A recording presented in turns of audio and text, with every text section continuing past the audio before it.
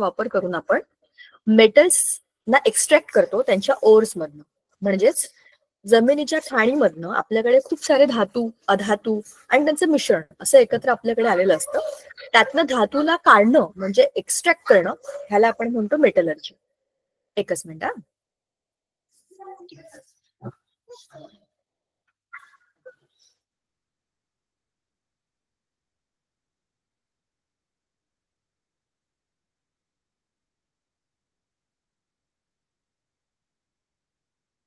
Okay, आता जरा आवाज कमी येतील. मी जरा त्या गोष्टीची सोय लावली आहे आता आवाजांची. चला ठीक आहे. तर मेटलर्जी मध्ये आपण अनेक वेगवेगळ्या खाणी आणि त्यातनं निघणाऱ्या खनिजांमधनं जे काही खनिज मिळतात त्याच्यातनं धातूंना वेगळा करण्याच्या टेक्निक हा खऱ्या या धड्याचा मुख्य गाभा आहे. पण त्याच्या आजूबाजूला हा धडा बऱ्याच ठिकाणी फिरतो. जसा धातू म्हणजे काय, अधातू म्हणजे काय आणि हे कुठे असतात, मिनरल्स आणि ओर्स ह्यातलं अंतर काय आहे. पुस्तकामध्ये पण आपण ह्या सगळ्या गोष्टी बघणार आहे. मिनरल्स आणि ओर्स ह्या दोन वेगवेगळ्या गोष्टी आहेत आणि त्यांचा अर्थ काय आहे ते पण आपण आज समजून घेऊया. आपण काल बघितलं होतं की जमिनीच्या खाली अनेक वेगवेगळ्या प्रकारचे धातू, अधातू एकत्र असतात. त्यातनं धातूंना काढणं कसं कठीण असतं.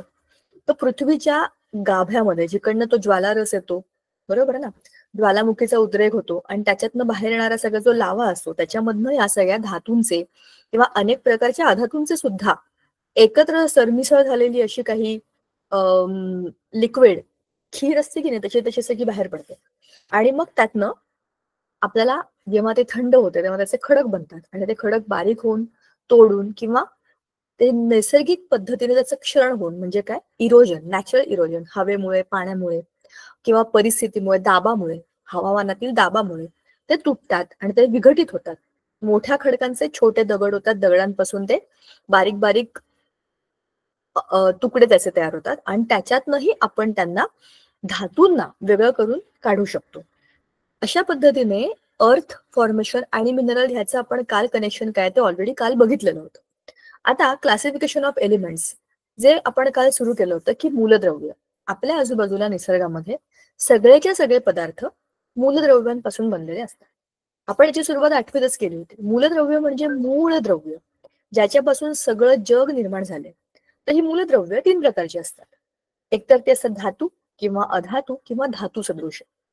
धातू जे असतात ते निसर्गतः अतिशय आकर्षक किंवा त्यांचा आवाज, त्यांच्या प्रॉपर्टीज म्हणजे त्यांना तुम्ही खेचू शकता, त्यांना ठोकू शकता, त्यांच्या पातळ प्लेट्स बनवू शकता.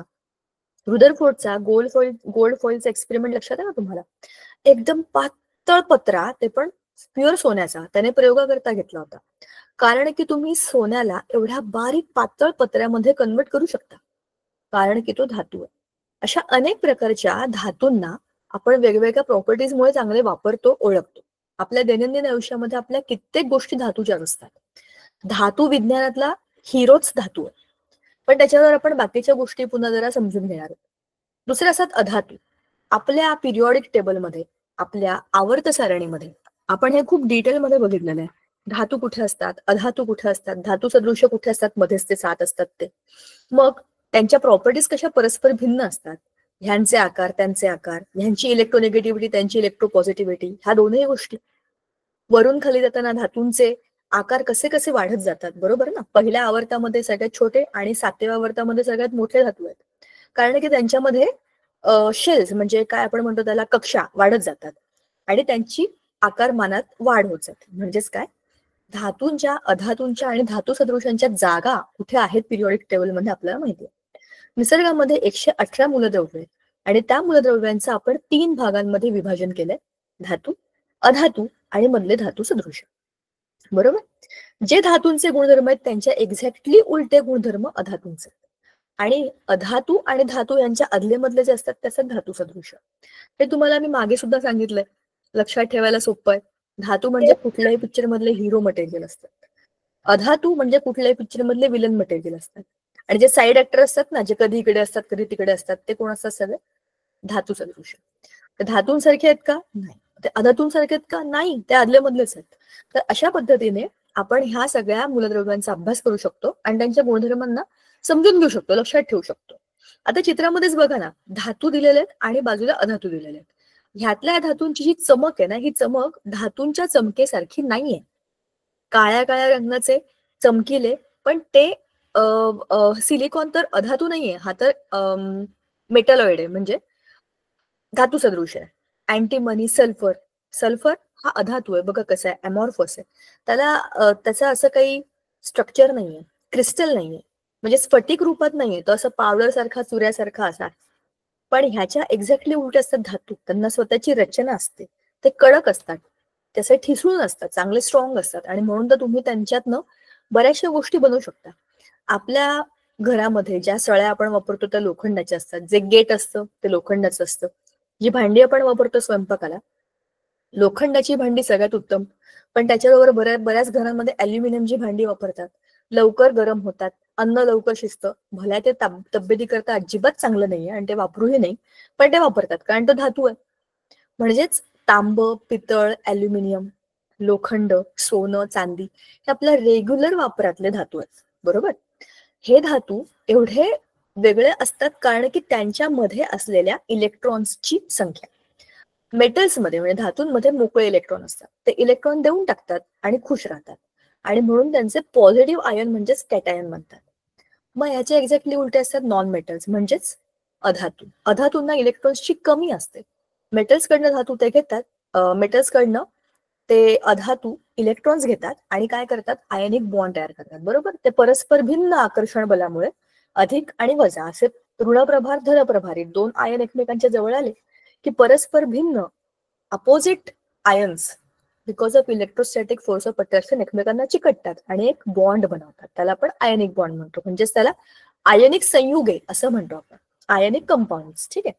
आता फिजिकल प्रॉपर्टीज ऑफ मेटल्स आपण ऑलरेडी काल डिस्कस केलेल्या आहेत. Physical properties of non metals पण आपण बघितलेल्या आहेत. ज्या काही मेटल्सच्या प्रॉपर्टी त्याच्यात एक्झॅक्टली उलट्या आहेत. आणि नंतर आपण रिॲक्शन विथ मेटल आणि वॉटर आणि हे पण बघितलं होतं, आणि ऍसिड पण आपण बघितलं होतं, नायट्रिक ऍसिड, आणि नंतर आपण ते आम्लराज मराठीच्या पुस्तकात ते पण पाहिलं होतं. आता केमिकल प्रॉपर्टीज ऑफ मेटल्स हे सगळं आपण बघूया, ऑक्सिजन वगैरेची रिॲक्शन बघूया, पण आपण जरा पुस्तकाकडे एकदा जाऊया. म्हणजे पुस्तकातल्या टप्प्यांना पण आपण एक एक करून जरा. मुलांना तुम्हाला माझा आवाज येतोय का? Yes ma'am. एवढ्या वेळ मी बोलवलं, तुम्हाला माझा आवाज नाही आला का? मॅम. हो, थँक गॉड. मला असं वाटलं माझा आवाज नाही आला, इथे माझा व्हॉल्यूम मला एकदम कमी दिसला. Thank God. म्हणलं एवढा मी बडबड करते, असं कसं झालं. चला, गुड. तुमचे मला आवाज येत नव्हते कारण की, आणि मला असं वाटलं की ते सेटिंग मध्ये नंतर चेंजेस झाले त्याच्यामुळे झाले की काय, पण एनिवे चला, आता तर मला तुमचे आवाज पडतात. गुड. चला, धातू विज्ञान हा जो आपला धडा आहे त्यात आपले कालचे भौतिक आणि रासायनिक गुणधर्म बऱ्यापैकी झालेले आहेत. जर आपण जरा खाली जाऊया, आज आपण त्याची जी श्रेणी आहे म्हणजे धातूंची श्रेणी त्या टप्प्याकडे येणार आहे. महत्वाची गोष्ट आहे आणि इंटरेस्टिंग गोष्ट आहे. बघा, आपण इथे वरती होतो. धातू अनेक वेगवेगळ्या पदार्थांबरोबर रिॲक्ट करतात, पाणी किंवा H2 गॅस रिलीज करतात, बरोबर. आता धातूंची इतर धातूंच्या क्षारांबरोबर आपण काल आम्लराज पर्यंत आलो होतो, बरोबर ना?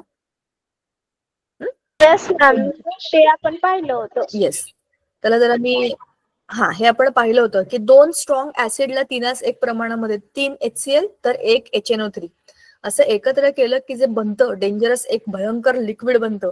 दोन डेंजरस लोक एकत्र आल्यावरती काय होतं, दोन गुंड एकमेकांना भेटले की एक वेगळी स्टोरी तयार होते गुंड्यांची, आणखीन डेंजरस स्टोरी. तसं येते, दोन ऍसिड्स एकमेकांना भेटले की आणखीन एक भयंकर लिक्विड बनतं, आणि ते लिक्विड राजधातूंना म्हणजे एकदम स्ट्रॉंगेस्ट धातू जे कोणाबरोबरच रिएक्ट करत नाही आणि ते कोणाबरोबर रिएक्ट करून वितळत नाही, गरम होत नाही, असे एकदम कूल धातू त्यांना पण हे वितळू शकते, एवढं ते स्ट्रॉंग मिश्रण असतं, म्हणजे एकदम भयंकर गुंडागर्दीवाला. आता इथे काय दिलेलं आहे बघा, हा जो प्रयोग आहे हा झाला की आपण त्या रिएक्टिव्हिटी सिरीज ऑफ मेटल्स कडे जाणार आहे. ती खूप महत्वाची कन्सेप्ट आणि ती खूप पक्की डोक्यात लक्षात ठेवायची. बघा, धातूंची इतर धातूंच्या क्षारांच्या द्रावणाबरोबर होणारी अभिक्रिया. आता काय धातू, आता त्याच्यात धातू काय आपला लोखंडी खिळा, इतर धातूंचे क्षार कॉपर सल्फेट, कॉपर हा इतर धातू आहे आणि त्याचं क्षार आहे कॉपर सल्फेट. काय केलंय आता याच्यामध्ये, एक टेस्ट ट्यूब आहे आणि त्याच्यामध्ये काय केलंय, बघा, तांब्याची स्वच्छतार आणि लोखंडी खिळा. तांब्याची स्वच्छतार, लोखंडी खिळा. इथे लोखंडी खिळा बुडवलेला आहे. तांब्याची तार फेरस सल्फेटच्या द्रावणामध्ये आणि लोखंडी खिळा कॉपर सल्फेटच्या द्रावणामध्ये बुडवून ठेवा. हे आहे इकडे फेरस सल्फेट. हे एक दुसरं मेटलचं क्षार आहे. फेरस म्हणजे लोखंड. इथे आहे FeSO4 आणि इथे आहे CuSO4. दोन वेगवेगळी द्रावणं दोन वेगवेगळ्या टेस्ट ट्यूब मध्ये घेतलेले आहे. एका याच्यामध्ये आपण काय केलंय, तांब्याची तार इकडे लावलेली आहे फेरस सल्फेटच्या द्रावणामध्ये आणि लोखंडी खिळा आपण बुडवलेला आहे कॉपर सल्फेटच्या द्रावणामध्ये. निळ्या रंगाचं कॉपर सल्फेटचं द्रावण असतं, लिक्विड असतं, त्याच्यामध्ये आपण बुडवलाय खिळा. खिळा आहे लोखंडाचा. इथे दुसऱ्या टेस्ट ट्यूब मध्ये पिवळसर सोल्युशन आहे, ते आहे फेरस सल्फेटचं. त्याच्यामध्ये आपण तांब्याची तार बुडवलेली आहे. पिवळ्या रंगाची जी दिसते ती तार आहे तांब्याची. साधारणपणे त्याला आपण 20 मिनिटं असंच बघत राहायचं, त्याला डिस्टर्ब नाही करायचं, त्याला वेळ द्यायचा. का बरं? ह्या कॉपर सल्फेट मध्ये फेरस म्हणजे जे लोखंड आहे आपल्या खिळ्यावरचं, त्याची अभिक्रिया होणार आहे. म्हणजे ह्यातले काही फेरसचे कण खालच्या कॉपर सल्फेट मध्ये जाऊन ते फेरस सल्फेट बनवणार, बरोबर. आणि इथलं जे काही आहे तांब्याच्या आणि फेरसच्या द्रावणाबरोबर अशीच काही रिएक्शन होईल का? मग CuSO4 बनेल आणि फेरस वेगळा होईल, म्हणजे लोखंड वेगळा होईल. म्हणजेच काहीतरी याच्यामध्ये रासायनिक अभिक्रिया होते आणि आपल्याला कसं कळतं? सोल्युशनचा रंग बदलला की समजतं की काहीतरी बदल झालाय. हे लिक्विड हिरवं रंगाचं होतं आणि हे ह्याच्यातला फेरस तिकडे चिटकला आणि कॉपर सल्फेट म्हणजे तुमची इथली जी तांब्याची तार आहे ती तिथं खाली जाणार आहे. म्हणजे जे पिवळं सोल्युशन आहे त्यात थोडंसं निळसर होणार, बरोबर. अशा पद्धतीने थोडासा बदल ह्या लिक्विड्स मध्ये होतो. त्याला जास्त वेळ तुम्ही ठेवलं की तुम्हाला जास्त कलर डार्क झालेला दिसतो, बरोबर. आता याच्यामध्ये तुम्हाला काय दिसतंय बघा, लोखंडी खिळ्यावर चढलेले तांब्याचे पूट. ह्या लोखंडाच्या खिळ्यावरती कॉपर जमा झालाय आणि हा जो लोखंड आहे तो खाली गेलाय. म्हणजे कलर पण बदलला, कसला? द्रावणाचा. आणि खिळ्यावरती काहीतरी जमा झाल्यासारखं पण दिसलं, कारण कॉपर तिकडे येऊन चढलंय, बरोबर, त्या खिळ्यावरती. अशा पद्धतीने ही डिस्प्लेसमेंट रिएक्शन आहे, डबल डिस्प्लेसमेंट. आपल्याला होतं ना टाइप्स ऑफ रिएक्शन, हा तिकडे गेला तो इकडे आला, तर त्या दोघांमध्येही बदल होतो. म्हणजे धातू इतर धातूंच्या क्षारांबरोबर अभिक्रिया करतात, डिस्प्लेसमेंट रिएक्शन करतात, विस्थापन अभिक्रिया. ठीक आहे. आता धातूंची अभिक्रियताशीलता श्रेणी. धातूंची अभिक्रियाशीलता श्रेणी म्हणजे reactivity series of metals. Marathi करता सॉरी, इंग्लिशमध्ये बऱ्याचशा गोष्टी सोप्या आहेत. Reactivity series of metals is more simpler than धातूंची अभिक्रियाशीलता श्रेणी, पण तुम्हाला कळलं असेल. चला, आता मी तुम्हाला ते माझं कालचं उदाहरण सांगते. ही आहे मी, म्हणजे D for Deepika plus S for Sunita, आणि आम्ही दोघांनी एकत्र अभ्यास करून मी तुम्हाला काल काय सांगितलं होतं, जॉमेट्रीचा आमचा पहिला धडा आम्ही सोडवला, समरूपता, बरोबर ना, समरूपता धडा तो आम्ही दोघांनी सोडवला. महत्वाची गोष्ट अशी आहे की सगळ्या धातूंची अभिक्रियाशीलता सारखी नसते, हे आपल्याला माहितीये.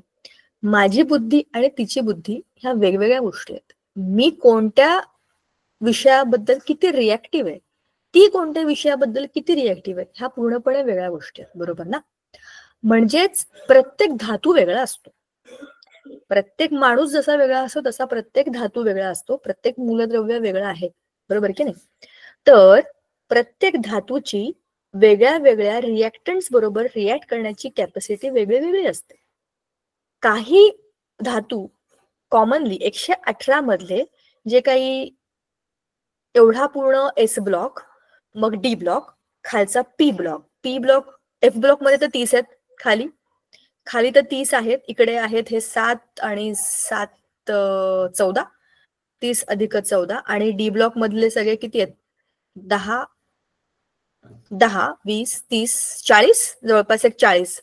म्हणजे एवढे सगळे धातू. आणि या बाजूला पण आहेत, P ब्लॉक मध्ये पण काही धातू आहेत, 40, 50, 60, 70, 80, जवळपास एक 90-95 धातू अप्रॉक्सिमेटली. मी आता एक्झॅक्ट कॅल्क्युलेट नाही केले. 90-95 धातू, समजा एक वर्ग आहे, त्याच्यामध्ये जवळपास एक 90 लोक बसलेले आहेत. ठीक आहे, 90 लोकांचा एक ग्रुप आहे. त्याच्यामध्ये आपण सांगितलं की तुमच्यापैकी किती लोकांना वडापाव आवडतो, हात वर करा रे. तर बरेचसे लोक हात वर करतील. सांगायचा मुद्दा, रिएक्टिव्हिटी खूपच अतिशय बालिश उदाहरण होतं की प्रत्येकाची आवड निवड जरी वेगळी असली तरी पण कॉमन गोष्टी काही लोकांच्या सेम असू शकतात. तुमच्यापैकी किती लोकांना घरी जेवायला आवडतं, बरेच लोकांचे हात वर असतील. प्रत्येक रिॲक्शनची नीड वेगळी वेगळी आहे. सांगायचा मुद्दा, 100 लोकांमधल्या बऱ्याचशा लोकांच्या कॉमन आवडी असतील, तरी प्रत्येकाच्या वेगळ्या आवडी असतील, बरोबर की नाही? जसं आपल्या वर्गामध्ये आपण एक 40-50 विद्यार्थी आहोत असं जरी समजलं आपण, सगळ्यांना सगळेच विषय अभ्यासाला आहेत, सगळ्यांना तोच अभ्यास आहे, सगळ्यांना तेच धडे आहेत, पण तरी प्रत्येकाची रिॲक्टिव्हिटी वेगळी आहे की नाही? प्रत्येकाचे मार्क वेगळे आहेत की नाही? प्रत्येकाची आवड वेगळी आहे की नाही? कोणाला गाणं म्हणायला आवडतं, कोणाला अभ्यास करायला आवडतं, कोणाला सायकल चालवायला आवडतं, कोणाला स्विमिंग करायला आवडतं. प्रत्येक धातू वेगळा आहे. आपल्या वर्गातला प्रत्येक मुलगा वेगळा आहे, पण तरी काही कॉमन गोष्टी आहेत. जसं शाळेतले काही शिक्षक, जसं मी तुम्हाला काल म्हणलं होतं, काल त्या आम्ही दोघे अभ्यास करताना जोशीबाई येऊन बघून गेल्या होत्या. असे काही कॉमन शिक्षक असतात जे सगळ्यांना आवडत असतात. तर त्या कॉमन गोष्टी पण आहेत, या सगळ्यांना सेम फॉलो होतात, की आम्हाला आवडतात, हे सर आम्हाला फार आवडतात, फार छान शिकवतात. म्हणजे ते सगळ्यांसाठी कॉमन फॅक्टर आहे. सगळ्यांची रिॲक्टिव्हिटी सेम आहे, पण तरी माझी प्रत्येकाची इंडिव्हिज्युअल रिॲक्टिव्हिटी ही असणारच आहे, बरोबर? म्हणजेच प्रत्येक धातूंची अभिक्रियताशीलता सारखी नाहीये, पण तरी पण ऑक्सिजन, पाणी आणि आम्ल ह्यांच्या बरोबर सगळ्या धातूंची अभिक्रिया समान नाहीये. म्हणजेच सापेक्ष अभिक्रियाशीलता ठरवण्याकरता या अभिकर्षितांचा उपयोग होत नाही. सगळेचे सगळे जे आहेत, सगळेचे सगळे रिएजंट, अभिकर्षित म्हणजे रिएजंट, ऑक्सिजन, पाणी आणि आम्ल ह्यांच्या बरोबर सगळ्या धातूंची अभिक्रिया सेम होत नाही. आणि जे सगळे अभिक्रियाशील आहेत ते सगळ्या एकाच प्रकारची रिॲक्शन पण दाखवत नाहीत. कन्फ्युज होऊ नका, वरतीच उदाहरण दिलेलं आहे बघा. आपण वर जे बघितलं होतं हे सगळ्यात त्याचं बेस्ट एक्झाम्पल आहे. हा पण कॉपर आणि हा पण कॉपर, आणि इथे आहे HNO3, तेच अभिक्रियाकारक आहे. हायड्रोजन, नायट्रोजन, ऑक्सिजन तिघांचे मिळून काय बनलंय? Nitric acid. एक आहे स्ट्रॉंग, एक आहे वीक. एकच रिएक्टंट म्हणजे एकच मेटल तुम्ही घेतला, फक्त तुम्ही त्याच्यामध्ये संहती बदलली. तुम्ही जे आम्ल घेतलं त्याची तुम्ही कॉन्सन्ट्रेशन लेवल बदलली, तुमची उत्पादितं बदलतात. म्हणजेच तीच लोक त्याच पद्धतीने रिॲक्शन तर करतात, पण त्याचा प्रभाव वेगळा असतो. स्ट्रॉंग बरोबर वेगळी, वीक बरोबर वेगळी आहे, त्याच्यातच फरक आहे की नाही?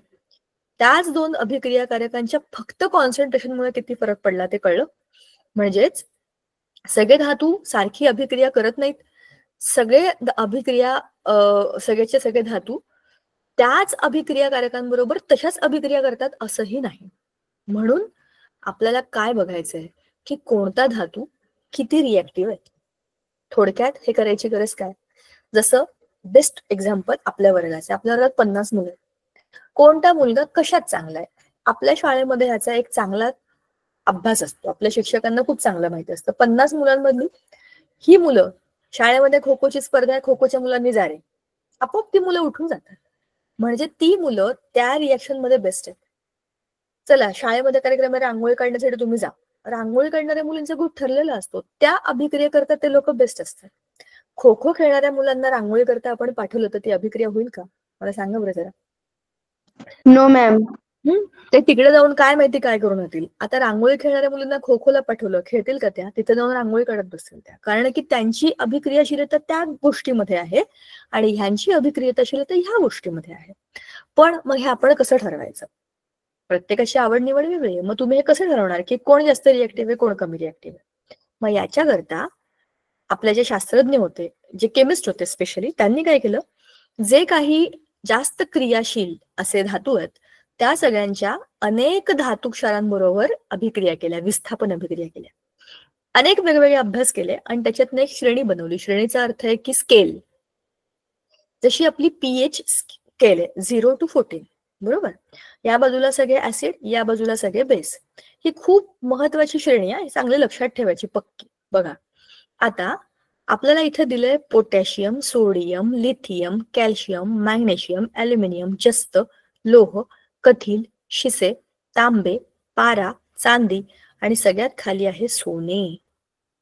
सोन्याच्या बाजूला बघा कमी, सगळ्यात कमी अभिक्रियाशीलता सोने, म्हणून तर आपण अंगावर घालतो ना सोनं. रॅदर सोनं एवढं महत्वाचं असतं की म्हणजे लग्न कार्यामध्ये तर ते देतातच, म्हणजे किती तोळे सोनं दिलं याच्यावर बोली होते, पण भरपूर साऱ्या आयुर्वेदिक औषधांमध्ये सुवर्ण भस्म वापरतात, त्याच्यामध्ये सोनं जाळून त्याचे कण टाकले जातात, कारण ते खूप आवश्यक आहे आपल्या शरीराच्या अंतर्गत गोष्टींसाठी पण आवश्यक आहे. पण ते सोनं आहे आणि ते खूप महाग आहे आणि ते खूप रॉयल एलिमेंट आहे तो. पण म्हणूनच तो कोणत्याही सर्वसामान्य लोकांबरोबर अभिक्रिया करत नाही, त्याचा दर्जा वेगळा आहे. त्याच्यानंतर चांदी, सोन्यानंतर चांदी. तुमच्यापैकी बऱ्याच लोकांनी बघितलं असेल चांदीचे दागिने काळे पडतात किंवा चांदीचे दागिने असे घाण दिसायला लागतात. सोन्याचे दागिने काळे पडलेले बघितले तुम्ही कधी?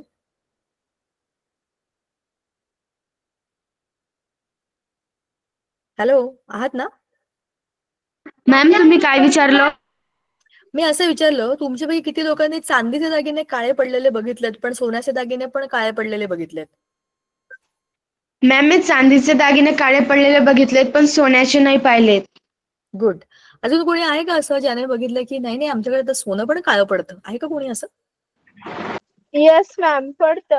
ते त्यामध्ये म्हणजे नकली सोनं असतं ना, ते मिक्स केलेलं असतं. नाही ते नाही, प्युअर सोनं, प्युअर सोनं.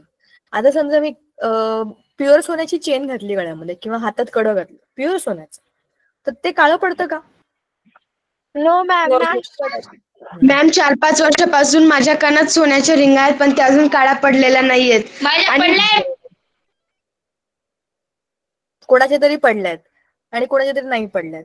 पण चांदीची भांडी किंवा चांदीच्या पैंजण असतात जनरली मुलींच्या. अरे आपल्या वर्गात मुलं पण आहेत ना? मुलांनो, हॅलो मुलांनो, तुमच्या वेळी कोणी चांदीच्या किंवा सोन्याच्या वस्तू वापरता का? वापरत असेल तर जरा तुमचा अनुभव सांगा. येस मॅम, मी चांदीची रिंगा वापरते आणि सोन्याची चैन व साखळ्या. हा, मग काय फरक पडला का त्याच्यामध्ये? चांदीमध्ये माती गेली असेल ते जाऊ द्या, कारण ते पायात असतं, पण ते काळं पडलं, तुम्हाला ते घुंगरू काळे झाल्यासारखे दिसत असतील किंवा चांदीची भांडी असतात बघा, ग्लास बीस, ते पण काळे पडतात. खूप ठिकाणी पडतात जिथे जास्त ह्युमिडिटी आहे, मुंबई वगैरे सारख्या ठिकाणी तर ते चांदी एकदम काळी म्हणजे असं वाटतं काय माहिती कोणता काळा धातू आणलाय, इतकी घाण होते. पण पुण्यामध्ये किंवा जिकडे मोकळी हवाय, कोरडी हवाय, तिथे फार लवकर चांदी काळी पडत नाही, पण तरी सुद्धा चांदीमध्ये परिणाम होतो. अॅल्युमिनियमची भांडी सुद्धा त्याच्यावरती असा काळा काळा एक लेअर आल्यासारखा दिसतो. खूप दिवस वापरली नाही ना, त्याच्यावरती पण एक असा ब्लॅकिश लेअर जमा होतो. हे सगळेचे सगळे धातू आहेत. आणि लोखंडाचं तर करावं तेवढं कौतुक कमीच आहे, म्हणजे ते गंजून जातच. तुम्ही त्याला पेंट करा, अमुक करा, धमुक करा, पेंट निघाल्या जिकडे खड्डा पडलाय पेंटच्या इथे, तिथे तो गंजतो. इतका तो वाट बघत असतो की मला गंजायला कुठून जागा आहे, कुठून जागा आहे. इतका तो रिॲक्ट होतो लवकर. म्हणजेच ह्या सगळ्या धातूंना जर तुम्ही नीट बघितलं तर सगळ्यात कमी अभिक्रियताशीलता सोन्याची आहे, हे लक्षात ठेवायचं. म्हणून सोन्याच्या समोर लिहिलंय कमी. कमी म्हणजे काय कमी? अभिक्रियाशीलता. अभिक्रियाशीलता. आणि तुम्ही जसं जसं जसं जसं वर जाणार तशी तशी अभिक्रियाशीलता वाढते. तर सगळ्यात पहिलं आहे त्याच्यातला पोटॅशियम, मग आहे सोडियम, मग आहे लिथियम, मग आहे कॅल्शियम. हे 4 आहेत ना, हे जे दिसतील त्यांच्याबरोबर रिएक्ट करणारे लोक आहेत. आणि सगळ्यात पहिली गोष्ट पाणी. पाणी तुमच्या आजूबाजूला लिक्विड फॉर्म मध्ये असतं किंवा हवेमध्ये बाष्पाच्या रूपात असतं, म्हणजे वॉटर वेपर. तर पाण्याबरोबर अभिक्रिया करणारे हे जे लोक आहेत हे खूप डेंजरस लोक आहेत. तुम्हाला मी सोडियमचं उदाहरण सांगितलं होतं आमच्या कॉलेजमधलं, आठवत आहे ना? Yes ma'am. हा, सोडियमचा ब्लास्ट झाला होता. असंच पोटॅशियम, लिथियम, कॅल्शियम हे पाण्याबरोबर रिएक्ट करतात. तसे रिएक्ट करत नाहीत स्फोटबीट करण्यासारखी, पण ते अभिक्रिया करतात आणि चांगली अभिक्रिया करतात. ते खूप रिएक्टिव्ह असतात पाण्याबरोबर. म्हणजे हे कोण आहेत बघा, पाण्याबरोबर अभिक्रिया करणारे आणि जास्त वरती जास्त कॅटेगरी आहे, म्हणजे जास्त अभिक्रियाशील आणि पाण्याबरोबर सुद्धा अभिक्रिया. आता दुसरी आहे आम्लाबरोबर अभिक्रिया. आम्ल म्हणजे ऍसिड. ऍसिड बरोबर अभिक्रिया करणाऱ्या लोकांमध्ये हे चौघं तर आहेतच, अजून कोण आलेत? मॅग्नेशियम, अॅल्युमिनियम, जस्त, लोह, कथील, शिसे. बरोबर? म्हणजे हे सगळे आता ऍड झाले वरच्या कॅटेगरीमध्ये. हे मॅग्नेशियम, अॅल्युमिनियम, बिलियम, लोह हे पाण्याबरोबर अभिक्रिया करत नाहीत. लोखंडाची अभिक्रिया हवा, पाणी आणि आर्द्रता ह्याच्यामुळे ते गंजतं. ते ऍक्च्युली ऑक्सिजन बरोबर अभिक्रिया करतं, फेरस ऑक्साईड बनवतं ना ते, Fe2O3, आणि मग ते गंजतं. तर ते ऑक्सिजन जे घेतं ते हवेबरोबर किंवा हवेतल्या पाण्याच्या वाफेतले जे काही ऑक्सिजनचे कण असतात त्याच्याबरोबर, बरोबर ना? तर त्याची पाण्याबरोबर अभिक्रिया नसते. लोह गंजतं म्हणजे काय होतं, त्याचा ऑक्साईड बनतो थोडक्यात. म्हणजे हे सगळे जे आहेत ना, हे पाण्याबरोबर अभिक्रिया करणारे नाहीत. अल्युमिनियम पाण्याबरोबर रिॲक्ट नाही करत, पण आम्लाबरोबर रिॲक्ट करतं. अल्युमिनियमच्या भांड्यावरती ऍसिड टाकलं की त्याला खड्डा पडतो. तर ऍसिडची रिएक्शन ह्या सगळ्यांबरोबर होते. तांबे, पारा, चांदी ह्याच्याबरोबर आम्लाची अभिक्रिया खूप कमी होते किंवा नाही होत असं म्हटलं तरी चालेल. चांदीची भांडी घासण्याकरता ते रुपेरी बिपेरी नावाचे काहीतरी ऍसिडिक गोष्टी असतात. तांब्याची भांडी घासायला ते काय पितांबरी टाइप्स असे काही काही असतं. तर त्याच्यामध्ये असे केमिकल्स असतात ज्याच्यामुळे वरचा सगळा तो काळसर लेअर निघून जातो.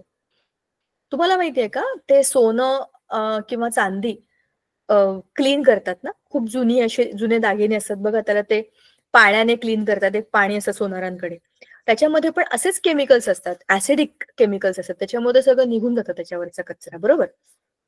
तर हे सगळे जे आहेत हे आम्लाबरोबर अभिक्रिया करणारे धातू आहेत.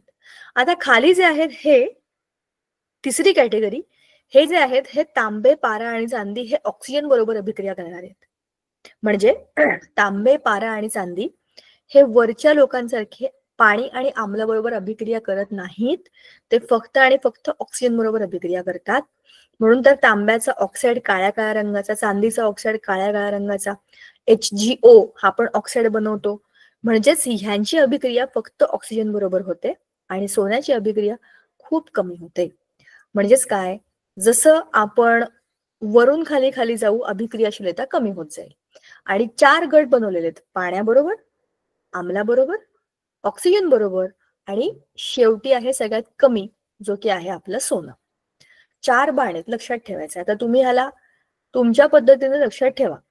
काहीतरी गाणं बनवा, काहीतरी स्टोरी बनवा, यांचे सगळ्यांचे फुल फॉर्म लक्षात ठेवायचे आणि मग त्याच्या पद्धतीने त्याला मस्त लक्षात ठेवायचं की हे धातू किती आहेत बघा. 1 2 3 4 5 6 7 8 9 10 11 12 13 14 हे 14 नमुने आहेत ज्यांचा आपल्याला अभ्यास करायचा आहे.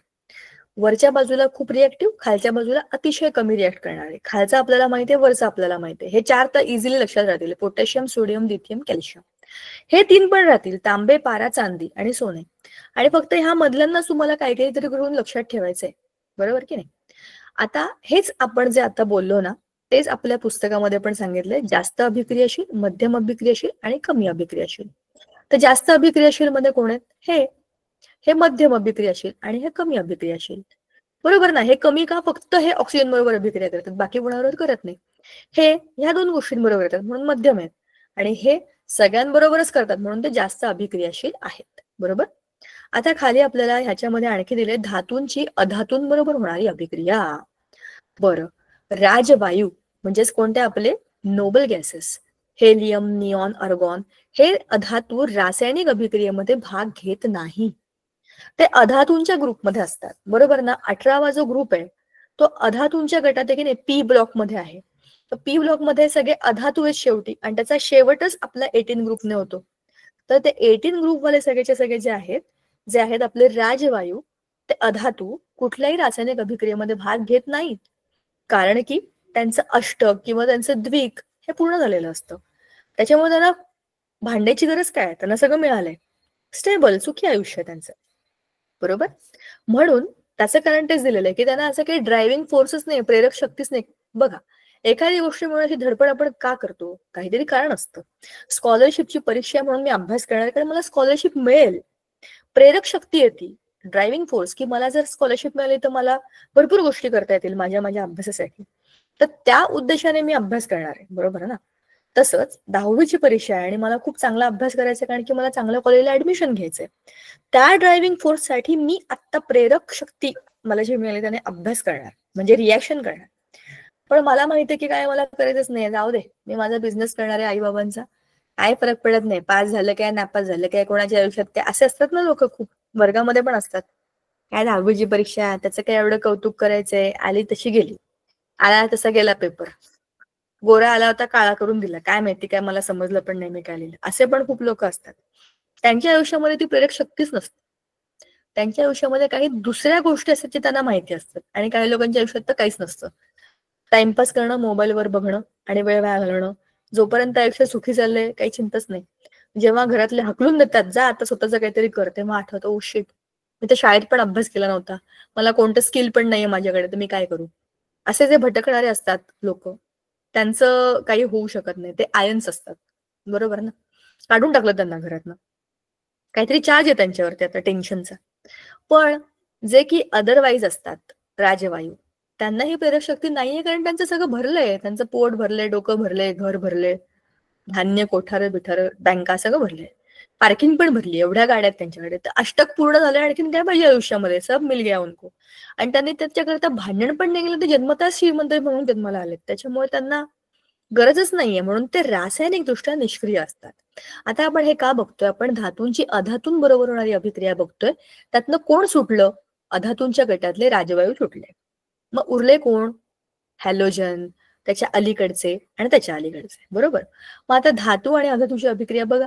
हा आपला फेवरेट पेयर आहे, NaCl. झालं NaCl तयार.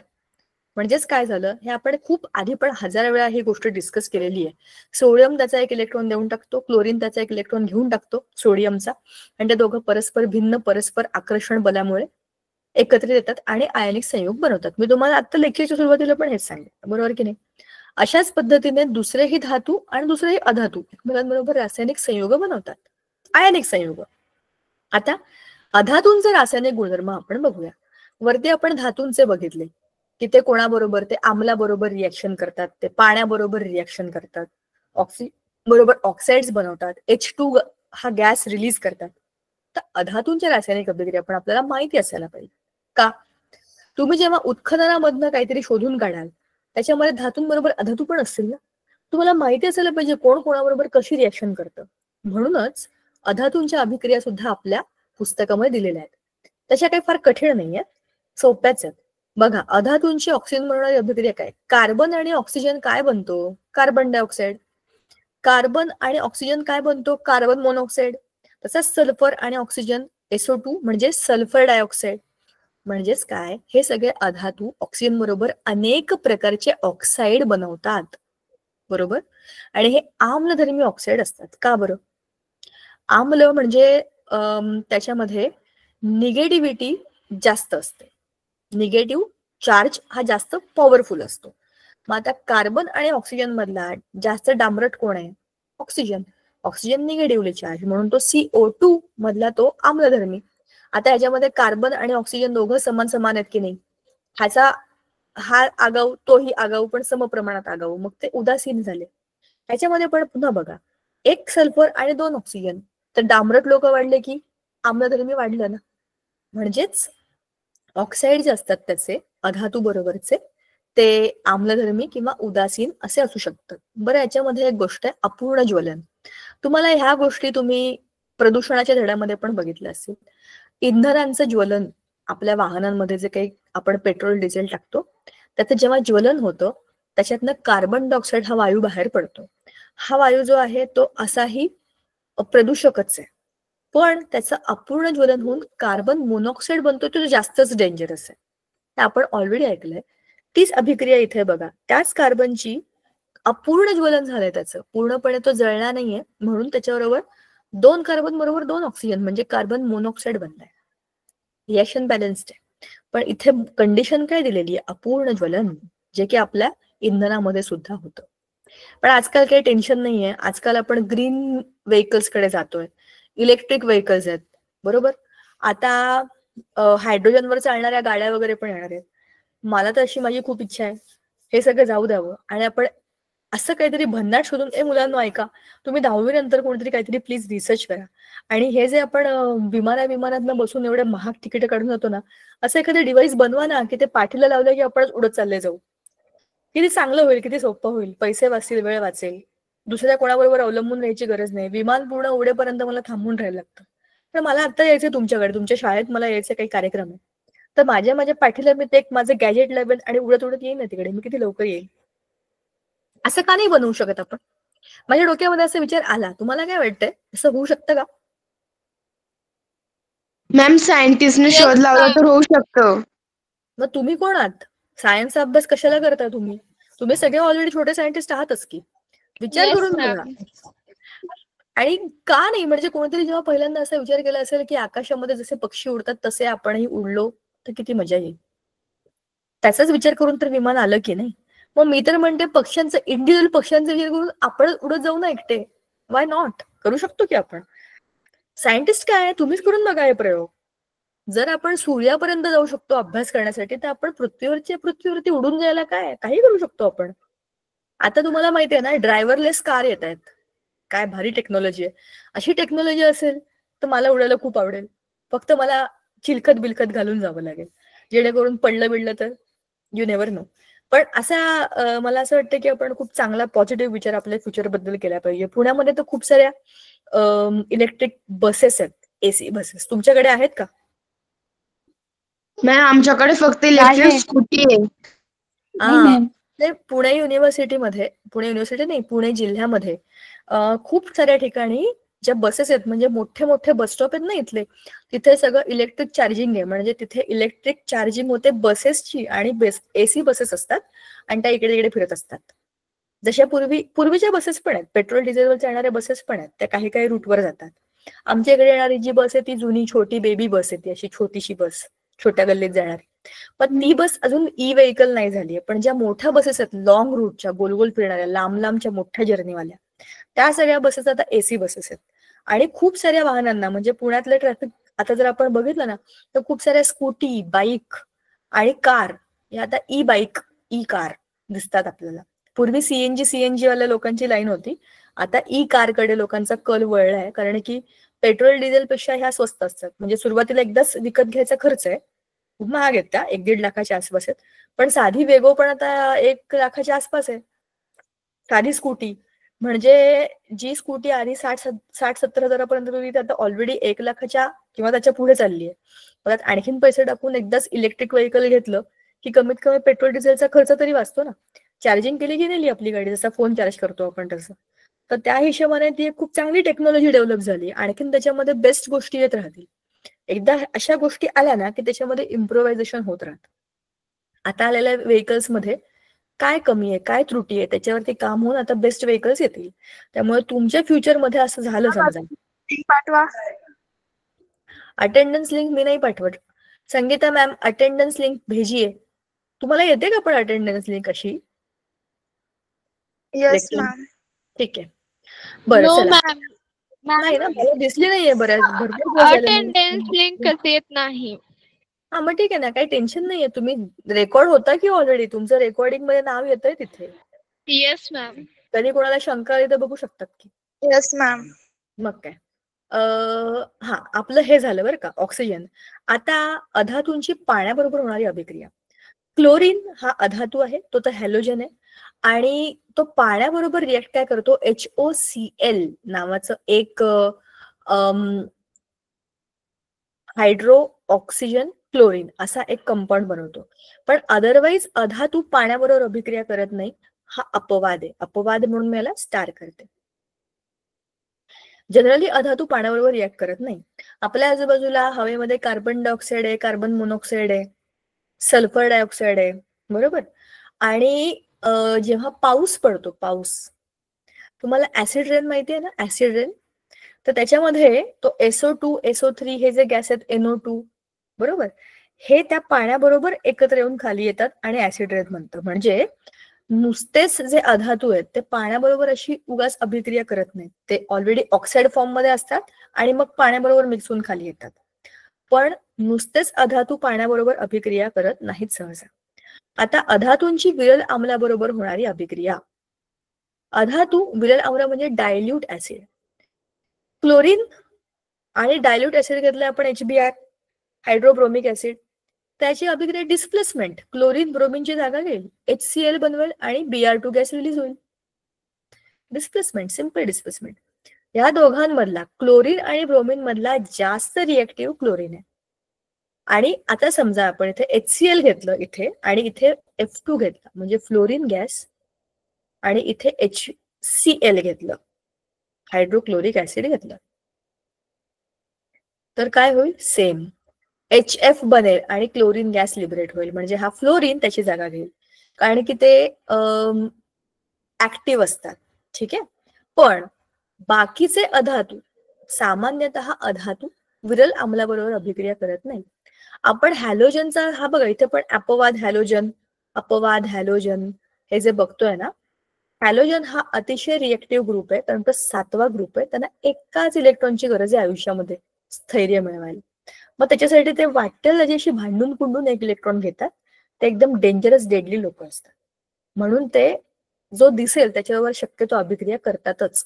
बाकी सगळे जे अधातू आहेत त्यांच्यासारखे हे नाही आहेत, त्यातल्या जरा जास्त गुंड प्रवृत्तीचे. ठीक आहे. आता अधातूंची हायड्रोजन बरोबर होणारी अभिक्रिया. आता याच्यामध्ये काय बघा, विशिष्ट परिस्थितीमध्ये, एक मिनिट हा पुस्तक, विशिष्ट परिस्थितीमध्ये योग्य तापमान, दाब, उत्प्रेरकांचा वापर इत्यादी ह्या सगळ्यामुळे अधातूंची हायड्रोजन बरोबर अभिक्रिया होते. सहजासहजी होत नाही. तुम्हाला त्याच्याकरता तापमान वाढवावं लागेल, प्रेशर वाढवावं लागेल, किंवा काहीतरी कॅटलिस्ट वापरावं लागेल अभिक्रिया करताना. कॅटलिस्ट म्हणजे उत्प्रेरक. तो स्वतःहून अभिक्रियेमध्ये भाग घेत नाही, पण अभिक्रिया होण्याकरता तो मदत करतो. बरोबर. तर अशा पद्धतीने जेव्हा तुमचा एखादा अधातू हायड्रोजन बरोबर रिएक्ट करतो तेव्हा तो H2S, NH3 अशा पद्धतीचे हायड्राइड्स बनवतो. याला म्हणतात हायड्राइड.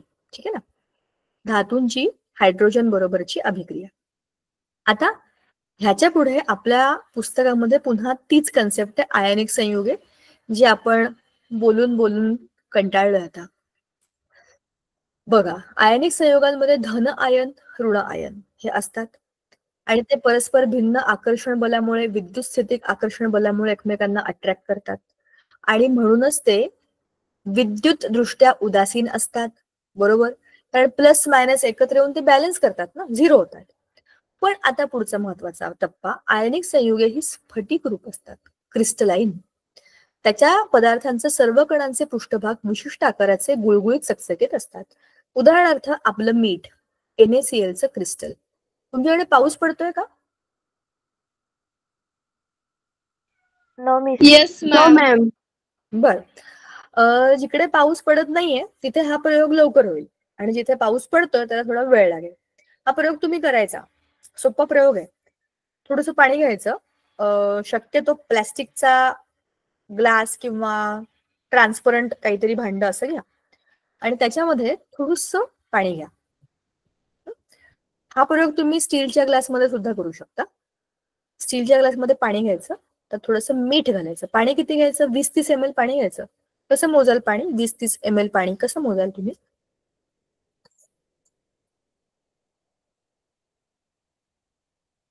तुमच्याकडे आहे का काही पाणी मोजण्यासाठीचं साधन? No miss. आहे, सगळ्यांच्या घरात असतं.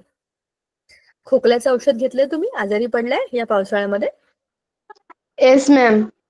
त्यावरती प्लास्टिकचं झाकण असतं ना, 5 ml, 7.5 ml, 10 ml लिहिलं असतं त्याच्यावरती. एवढंच असतं 10 ml. बरोबर आहे ना? असं 10 असं तुम्ही ठरवा. मला माझ्या प्रयोगावर 30 ml पाणी घ्यायचंय. 50 ml पाणी सगळ्यात बेस्ट असतं. 50 ml लक्षात ठेवायला पण सोपं आहे. त्याच्यामध्ये 1 चमचाभर मीठ टाकायचं, मोठा चमचा.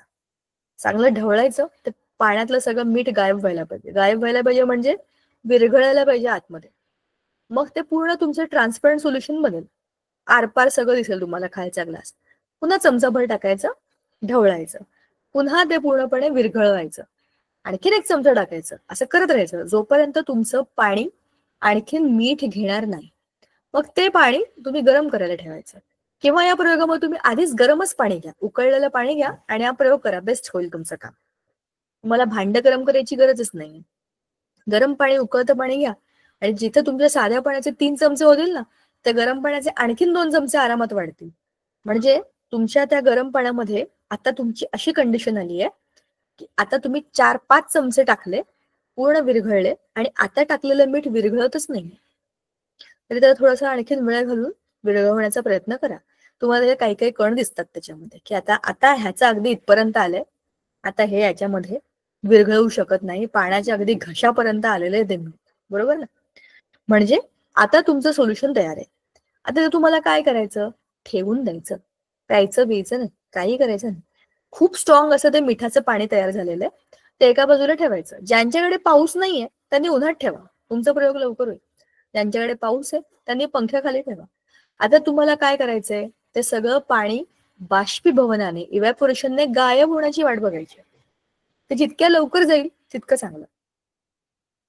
हा प्रयोग करायला आम्ही काही मुलांना सांगितलं. त्यांना मी सांगितलं होतं की उन्हात ठेवा. तर ती गाढव मुलं उन्हात ठेवून निघून गेली आणि पाऊस पडला. मग तो प्रयोग कसा पूर्ण होणार मला सांगा बरं. एवढा विचार करून ते स्ट्रॉंग सोल्युशन बनवलेलं होतं, तर ते सोल्युशन तुम्ही सेफ ठेवायला पाहिजे. बरोबर ना. आता तुम्ही 10वीची मुलं, तुम्ही जास्त हुशार असाल, तुमच्यापेक्षा मोठ्या मुलांनी असा गाढवपणा केलाय, पण त्याच्या चुकांमधनं आपण शिकायचं. तर आता ते तुमचं जे सोल्युशन आहे त्याला तुम्हाला वेळ द्यावा लागेल. जर तुमच्या आजूबाजूला खूप गरमी असेल, उष्णता असेल, तर ते पाणी लवकर लवकर इव्हॅपोरेट होऊन जाईल. हळूहळू झालं तरी पण हा प्रयोग होईल आणि नक्की होईल. कारण की जेव्हा तुमचं सगळं पाणी निघून जाईल तेव्हा तुम्हाला खाली NaCl चे क्रिस्टल्स मिळतील. आणि क्रिस्टल्स म्हणजे काय असतात? स्फटिक.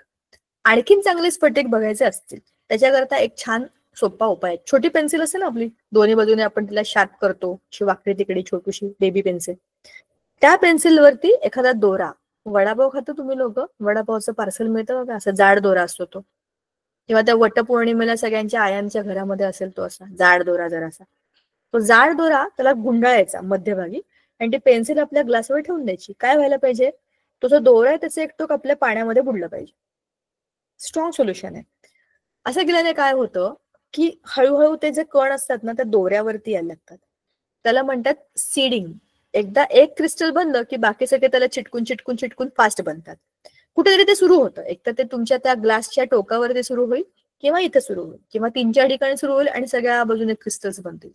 आणि तुमच्या नंतर ते तुम्ही जर तो दोरा ठेवला असा, तुम्ही अशी पेन्सिल वर घेतली की तुम्हाला असे क्रिस्टल्स लटकलेले दिसतात. मस्त प्रयोग आहे, करून बघा. ठीक आहे. आणि त्याचे तुम्हाला व्हिडिओ पण दिसतील युट्यूबवरती, कसा करायचा हा प्रयोग. करून बघा, सोपा आहे, काही टेन्शन नाहीये, काही लागण्या बिळण्याची भीती नाही. मीठ आपल्या घरात असतं, पाणी आपल्या घरात असतं, गरम करू शकतो आपण. फक्त ढवळण्याचं ऍडिशनल काम करायचंय. गणपतीची सुट्टी लागली, करून बघा. वेगळा प्रयोग आहे, कारण त्यात तुम्हाला स्फटिक दिसतील. साध्या मिठाचे स्फटिक रूप कसं ते दिसतं तुम्हाला कळेल. साधं आपलं मीठ आहे ना NaCl, एका सोडियमच्या बाजूला 6 क्लोरीनचे ऍटम्स असतात, 6.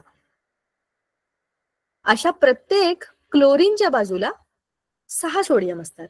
म्हणजे 6 लोकांची अशी एक क्युबिक मांडणी असते. क्यूब माहितीये तुम्हाला, तो असा क्यूब असतो तो गेम, अशी मांडणी NaCl ची असते. म्हणून ते क्रिस्टल असं परफेक्ट क्यूब मध्ये बनतं. ठीक आहे. पण वेगळ्या वेगळ्या संयुगांचा, वेगवेगळ्या स्फटिकांचा आकार वेगवेगळा असतो. बरोबर. आणि त्याच्यामधल्या स्फटिकांच्या आयनांची विशिष्ट मांडणी ज्यामुळे ठरते तो मुख्य घटक म्हणजे विजातीय आयनांमध्ये असणारे आकर्षण बल आणि सजातीय आयनांमध्ये असणारे प्रतिकर्षण बल आणि त्यांचं आकारमान. बरोबर की नाही. 2 वेगवेगळे आयन आहेत. जसं इथे Na+ आणि Cl- आहे. असं दुसरं आपण जर एखादं उदाहरण घेतलं K+ आणि Cl-, तर ह्याच्यामधले दोनही जे काही संयुग आहेत आपली आयनिक संयुग, दोघांमधले रिॲक्टंट वेगवेगळे आहेत. ह्या दोघांचे आकार, त्यांच्यामध्ये असलेलं आकर्षण बल, कोणामध्ये, ह्या Kच्या बाजूला आणखीन पण K असतील ना, आणि या Clच्या बाजूला आणखीन पण Cl असतील. ह्याच्याकडे आकर्षण बल असू शकतं आणि याच्याकडे प्रतिकर्षण म्हणजे ढकलण्याचं बल. बरोबर ना. पॉझिटिव्ह पॉझिटिव्ह एकमेकांना दूर ढकलणार, पॉझिटिव्ह निगेटिव्ह एकमेकांना खेचणार, असं सगळं ती अरेंजमेंट छोट्या लेवलला, एकदम मायक्रोस्कोपिक लेवलला होत असते. आणि मग त्याच्यावरून त्या क्रिस्टलची साईज आणि शेप ठरते. ठीक आहे. आज आपण इथे थांबूया, आपली वेळ संपलेली आहे. धनप्रभारित ऋणप्रभारित आयनांचा आकारमान आणि आयनांवरील विद्युत धारेचे परिणाम हे घटक आणि ह्याच्याबद्दलचं सगळं डिस्कशन पुढच्या वेळेला आपण करूया. आयनिक संयुगे त्यांचे गुणधर्म सुद्धा बघायचे. सगळ्याच्या सगळं पुढच्या लेक्चरला बघू. आज तुम्हाला जे काही आपण बोललो तर थोडंफार तरी कळलं का? सोपं आहे, फार कठीण काही नाहीये हे. अजून कठीण नाहीये, कठीण नाहीच आहे हा धडा, फक्त काही गोष्टी नव्या आहेत त्याच्यामध्ये. अनुष्का, काही बोलायचंय का?